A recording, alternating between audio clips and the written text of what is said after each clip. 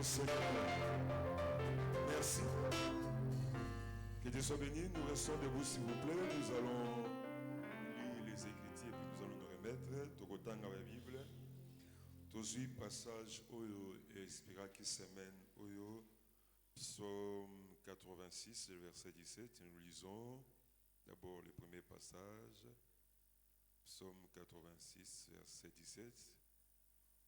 Opère un signe à ma faveur, que mes ennemis le voient et soient confis, car tu me secours et tu me consoles, ô Éternel. Alors nous prenons le deuxième passage dans Daniel chapitre 6, versets 19 à 28. Daniel chapitre 6, versets 19 à 28. Daniel chapitre 6, versets 18 à 26. Je lis Daniel chapitre 6, versets 18 à 26. Le roi se rendit ensuite dans son palais. Il passa la nuit à jeun. Il ne fit point venir des concubines auprès de lui, et il ne put se livrer au sommeil. Le roi se leva au point du jour avec l'aurore. Il alla précipitamment à la fosse aux lions. En s'approchant de la fosse, il appela Daniel d'une voix triste. Le roi prit la parole et dit à Daniel, « Daniel, serviteur du Dieu vivant, ton Dieu que tu sers avec persévérance, a-t-il pu te délivrer des lions ?» Et Daniel dit au roi, « Roi, vis éternellement. Mon Dieu a envoyé son ange et fermé la gueule des lions qui ne m'ont fait aucun mal, parce que j'ai été trouvé innocent devant lui et devant toi non plus, ô roi. Je n'ai rien fait de mauvais. » Alors le roi fit très joyeux. Il ordonna qu'on fît sortir Daniel de la fosse. Daniel fit retirer de la fosse et on ne trouva sur lui aucune blessure, parce qu'il avait eu confiance en son Dieu. Le roi ordonna que ces hommes qui avaient accusé Daniel fussent amenés et jetés dans la fosse aux lions, et leurs enfants et leurs femmes. Avant qu'ils fussent parvenus au fond de la fosse, le lion les saisit et les brisèrent tous leurs os.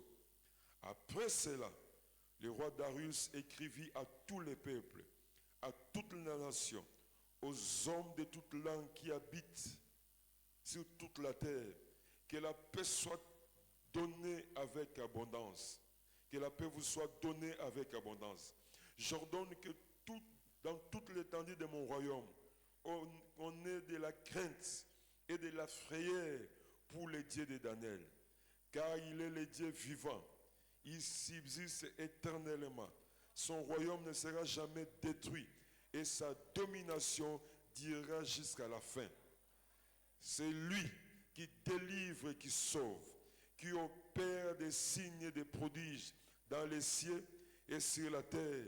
C'est lui qui a délivré Daniel de la puissance des lions. Daniel prospéra sous les règnes de Darius et sous les règnes de Cyrus les Perses. Amen. Est-ce qu'on peut acclamer le Seigneur? Que Dieu soit béni, nous répondons nos places. Que Dieu soit béni, nous disons merci au Seigneur. Merci. Les na sali que tous se retrouvés. Ici, dans la semaine de prière. Et pour Nabiso, c'est un signe que Nzambe n'a assis Nabiso. Oh, je t'annonce une bonne nouvelle. Nzambe n'a assis Nayote. Et ça, la prophétie, il faut qu'on s'en la vie, na bien, amen. Et ça, la miracle, il faut ça la vie, na amen. Et ça, la témoignage, il faut bimanam loba, amen. Et ça, la porte, il faut qu'on loba, amen. Et ça, la changement, il faut s'opérer na vie, loba, amen. Oui, bateau, Nzamba, sisi na bango basana lola. Oh, on a nous Nzamba, sisi na bango te basana mabele biso. Est-ce qu'on peut acclamer le Seigneur? Amen. Est-ce qu'on peut acclamer le Seigneur? Jésus-Christ a fini sa mission, il est à la droite du Père. Nous n'avons pas encore fini notre mission, nous sommes sur la terre. Donc il faut s'attendre à l'eau comme Amen. Alors nous disons merci aussi au révérend Carlos et à tous ces hommes et ces femmes qui travaillent à ses côtés. Et à vous aussi, nous vous disons merci. Nous vous disons merci dans le toujours dans la phrase. Oui, la présence en Zambie, il faut s'attendre à quelque chose. La présence en Zambie, le Salama. Et quand nous nous mettons à prier, ce n'est pas l'avantage de Dieu, c'est un autre avantage. Zamba Lobi prier pour que la volonté de Dieu soit faite. C'est-à-dire Dieu utilise nos prières pour accomplir sa volonté. Tant que nous sommes les en avantage na yomogo. Bientôt là, ma boko nego simba ba fouille à prière na yo. Est-ce que quoi ma kamnazolo ba? Bientôt là, ma boko nego simba ba fouille à prière na yo. Amen. Et yabaga que la prière na ozo c'est les semences et qu'on produit. Et puis les semences pour la gâter et qu'on produit. Amen. Que Dieu soit béni. Opère un signe à ma faveur. Que mes ennemis le voient. Et qu'ils soient aussi confis. Amen. Non, non, non. Opère un signe à ma faveur. Ouf. Ça, c'est une prière. Oui, j'ai une bonne nouvelle à t'annoncer, c'est quoi? Oui, celui qui cherche ta mort mourra à ta place. Oh, le bien, amen. Celui qui cherche ta mort mourra à ta place. Celui qui cherche ta souffrance, il va souffrir à ta place. Celui qui cherche ta destruction, il sera détruit à ta place.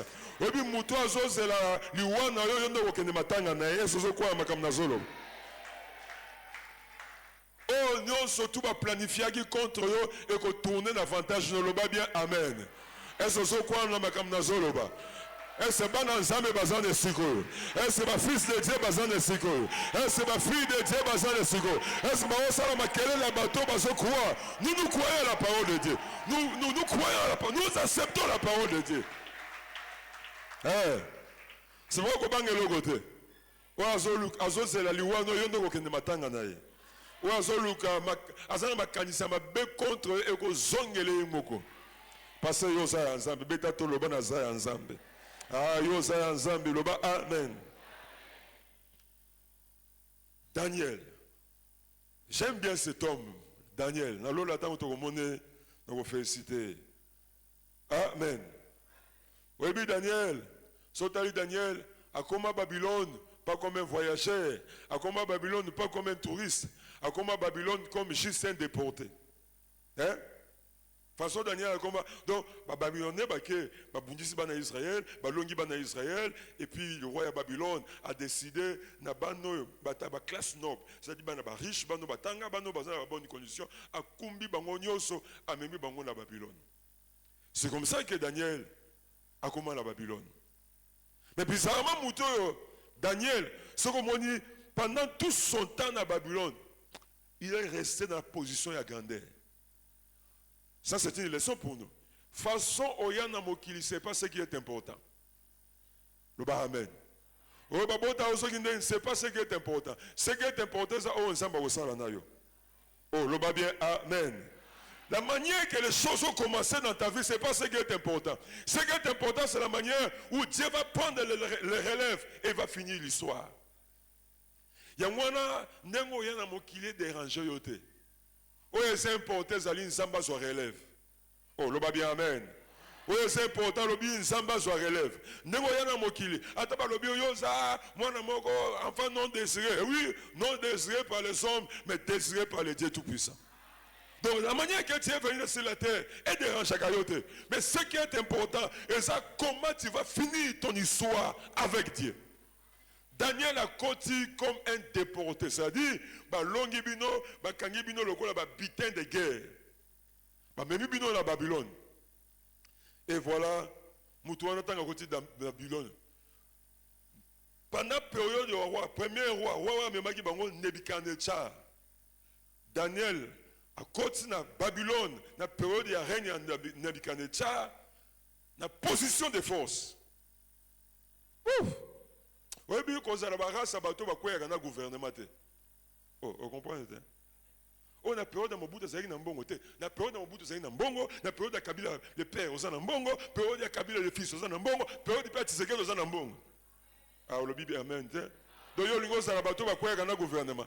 So ba beta son oui mais tata na période Mobutu azaki na mbongo na période de Tshisekedi azaki na mbongo te biso ozande ngwana te est-ce que bataka Daniel bazalia Daniel a koti Babylone na période ya roi Nebuchadnezzar et na période wana Daniel batie azo régner comme chef ya ba sage nyoso ba sage ya Babylone et roi Nebuchadnezzar akufi mwana Beltachar azui bokonzi je ne sais pas, peut-être jalousie Daniel Aza, mais à tient Moupanzi. Mais Daniel Aza a une onction spéciale, il y a quoi dans le gouvernement. On a gouvernement, il y a des candidats, il y a des gens si vous n'avez pas moi, non, non, nous avons créé un événement au lobby, Beltachar, moi, Nebuchadnezzar. Alors, un jour, on a moi festin ailleurs, on a festin, il y a 20 juillet, à Pessi ordre, il y a des ustensiles, des biloko, des botola qui na temple ensemble, au bande ko servir na kata temple, ba mela masanga.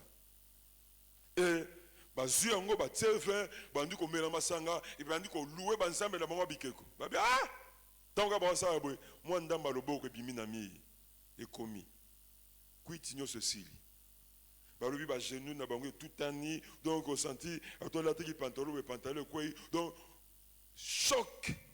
Alors la reine mère moi si à Nebuchadnezzar aye ko bi sa Beltachar alobi ko bangate ezana mutu moko Daniel na période ya tata na yo to mona que ça un esprit supérieur alors bengaye et ba bengi Daniel tant que Daniel aye a tangue écriture et puis a pèse interprétation Wana lobi na tio troisième personnalité au royaume nanga. Amen. Daniel a quoi yakana ba gouvernement te. Au nom de Jésus lobi amen. Toboy batwana obi na période Mobutu azaka na mbongo na période Mobutu azaki na mbongo na période Kabila le père na kozana na mbongo période Kabila le fils na kozana na mbongo période Tshisekedi na kozana na mbongo même si le gouvernement quoi ngana ko quoi na gouvernement te. Ko quoi yakana gouvernement te. Amen. Zonction ya Daniel.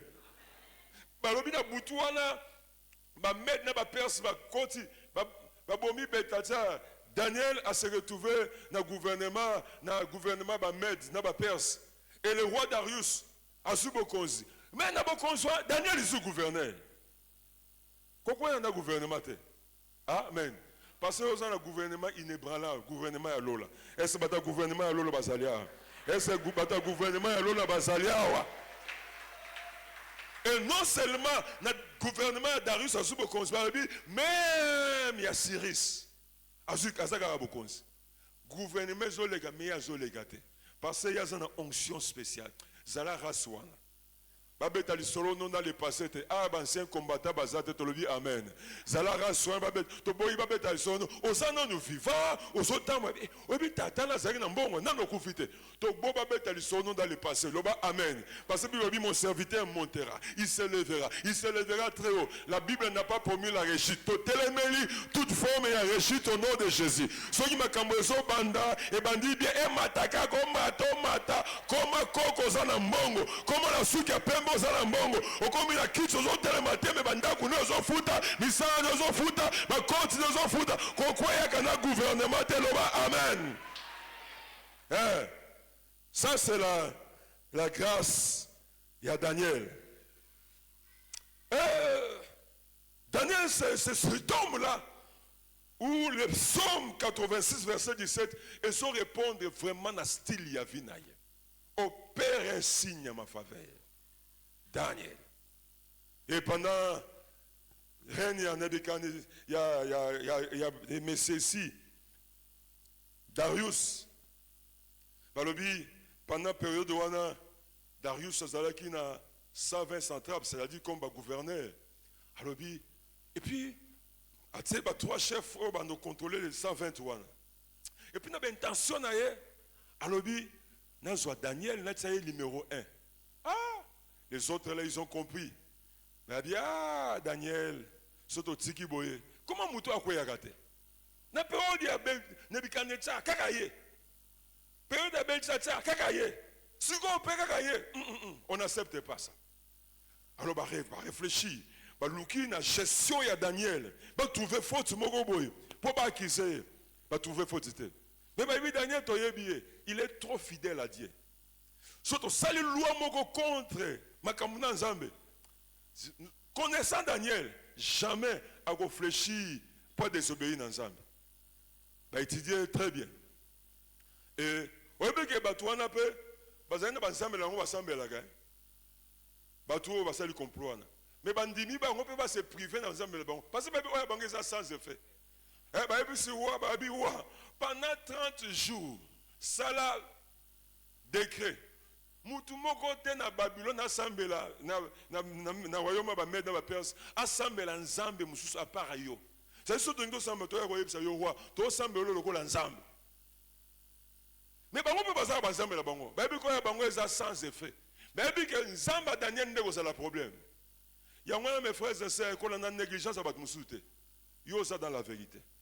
Oya yo futaka, oya yo pesaka, loba bien amen. Oya ba prier ne ça la gars. C'est pourquoi ce que je dérange parce que oh yo salaka. Ya bango salaka te yango basala bango et déranger bango te. Biso peut to sambela banzame la biso te. Parce que ya bino basa ça c'est fait. Mais babi ko Daniel ne sans effet.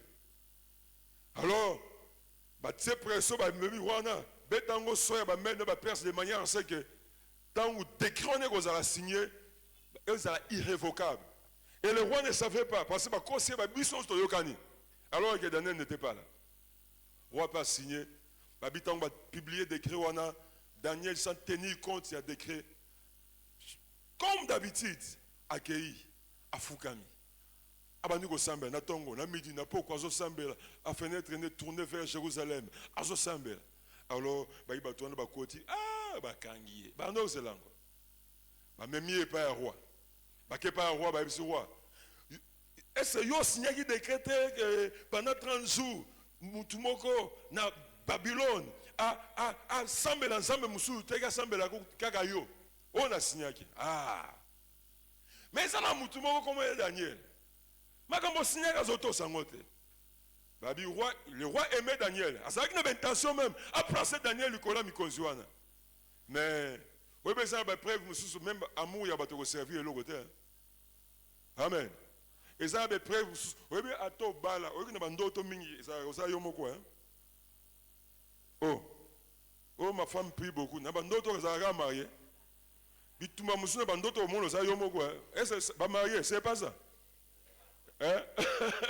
Quoi que tu es marié, et ça a des preuves musu l'amour des gens ne vont rien servir. Et ça a des preuves musu car identité dans ça mener au bundela yo. Le roi aimait Daniel. A salué tout pour toi avec papa au so signaki à kokende kuna. Mes frères et sœurs, oh balingaka mingi à un moment là au kotika la yo moko na nzambe. C'est pourquoi tant ozoya église yaka rapo na nzambe. Parce qu'à un moment dans ta vie au kotika la yo moko na nzambe. Ça c'est sûr. Et voilà Daniel bazuye ba boike na force au lion.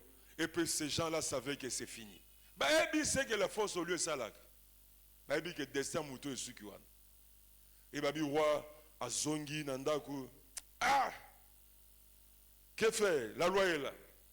Babi koutou a gêné. N'a habité son ensemble là nani parce qu'il ne connaissait pas le vrai Dieu. A gêné peut-être à Bounan ne kana banza mené pas faux. Mais il ne voulait pas que le mal arrive à Daniel. Alors et puis batouana ba zongi na bandaku. Bazo beta ma solo. Celui qui cherche ta mort mourra à ta place. Celui qui cherche Dieu va opérer un signe à ta faveur. Et ce quoi na makamna zolo ba. Oui ba tuana ba zongi na ndago. Ba zan expérience ya force. Ba yo kama solo ya force au lion. Ba mona mutabima vivante. Ah. Et puis dans bazo beta ma solo ba famille na bango, bazo beta avec beaucoup d'assurance. Mais saute au sakanakate. Il va te mousser bandoki mousser le ban ngwa na kindoki na ebi so zala so pozala keba bisoto saka bis na so na loki.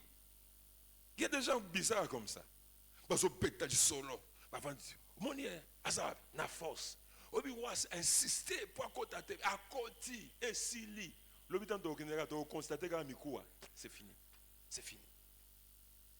Alors babi très tôt le matin dans 5h45 voilà donc je vois tellement que a une voix triste Daniel est-ce un zambo wana o yaka ba semaine de prière on a réunion moko sanga kate wana Et ça coquille peut prévol.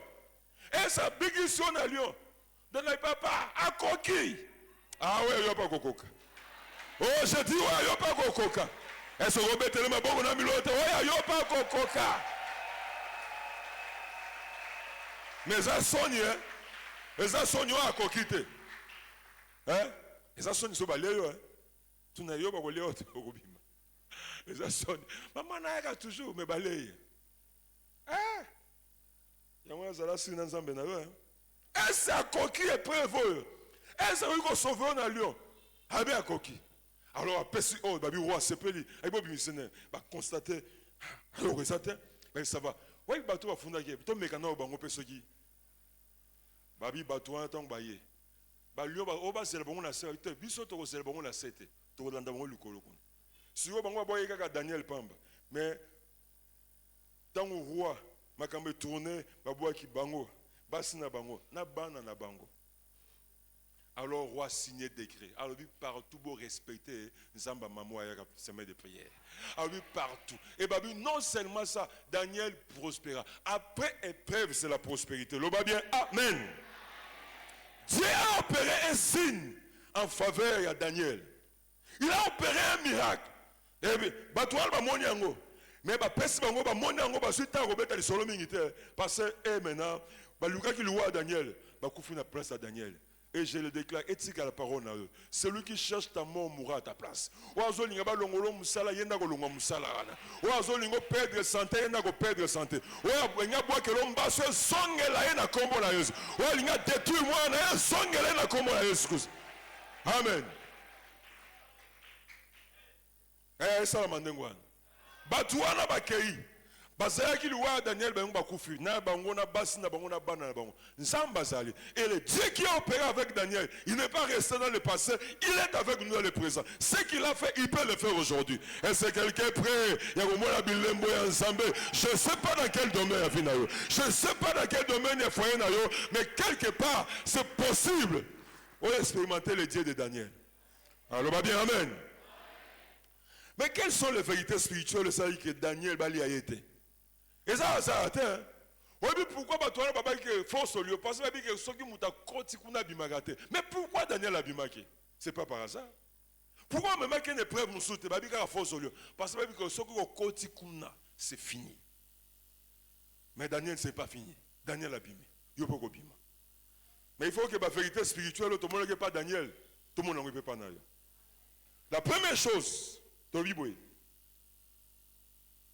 avoir une expérience personnelle avec Dieu et l'honorer par votre vie.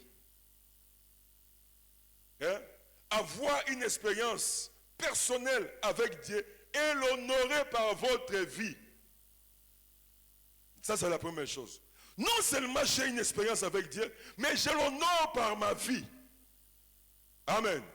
Parce que ça, nous façon vivre vie à binemi en Zambé. Mais comment les gens ont opéré signe à ta faveur pour que binemi n'a pas mon. Parce que yo mo kutoza ennemi en Zambé. Daniel, particularité Daniel, c'est quoi? Sotali Daniel, non seulement il avait une expérience personnelle avec Dieu, mais il vivait de manière à honorer Dieu. Babitan va côté Babylone. Rwanda après ce ordre va entretenir Daniel parce qu'il y a 4 traiteurs même qui masse ya batu même bango et roi après ce ordre le bi batu nyo soto na za na projet ko utiliser bango mais il faut bo initier bango na biloko nanga ba lia ka ba viande nanga ba mela ka ba vin ba sala ka boy alors ba Daniel connaissant les dit ba que ba viande ya roi wana c'était des viandes sacrifiées aux idoles. Il y avait des viandes qu'on faisait les incantations parce que Rwanda à l'époque, comme ils ne connaissaient pas le vrai Dieu, ils avaient entouré dans la mystique et ces gens-là faisaient un peu n'importe quoi.